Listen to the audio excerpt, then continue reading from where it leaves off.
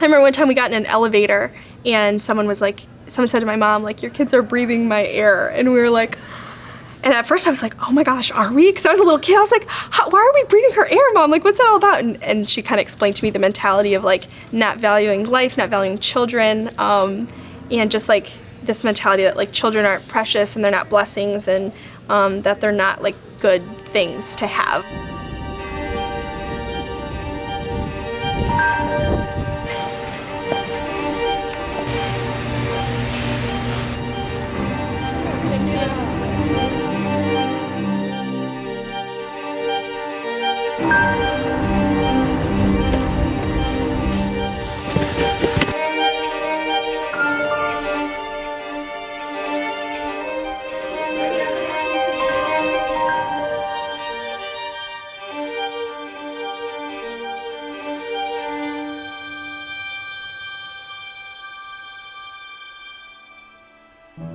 I'm third of 11 children. I'm a big Catholic homeschooling family.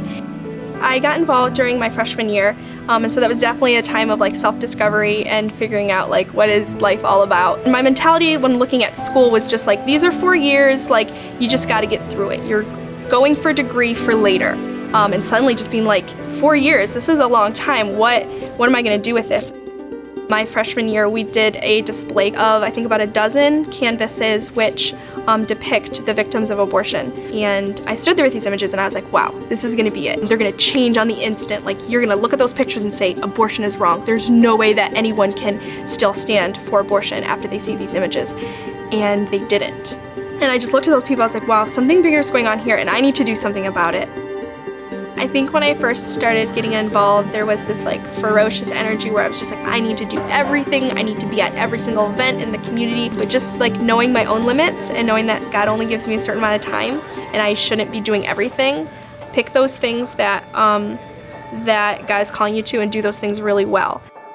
And so that's how I've kind of found balance in saying, you know what, I'm gonna do things on campus. That's my primary focus, and I'm gonna do things that fall under those two umbrellas of doing activism and helping women, and doing it with enough moderation that I'm doing those things excellently. Putting myself in someone else's shoes, because I've had so many opportunities for discussions, is totally translated into my life with pro-life work, because it's loving the other person, understanding where they are, and not just being like, I'm right and you're wrong, but knowing that the reason why we're telling this is because this is going to change your life for the better, and you deserve to know the truth. It goes back to being open and vulnerable with people, and I think we put up so many masks, and just being real about who you are and what you're going through, I think it does a lot, because a lot of people don't do that, and people can see, oh, there's something different in this person. Say, let's go sit down, let's grab coffee, and let's talk about you, talk about how you can be involved. Seeing that played out within the relationship that I've had with so many women who are facing crisis pregnancies on campus, and saying, you know, right now I don't have a lot of money, I don't have a lot of resources, but I do have time and I have these gifts to invest in you and to love you.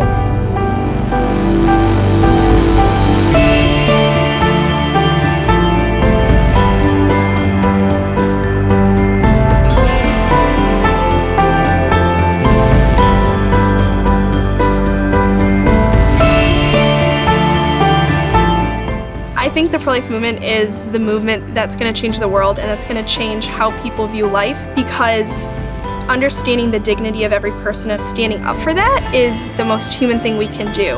It's the best way to love the Lord through our work.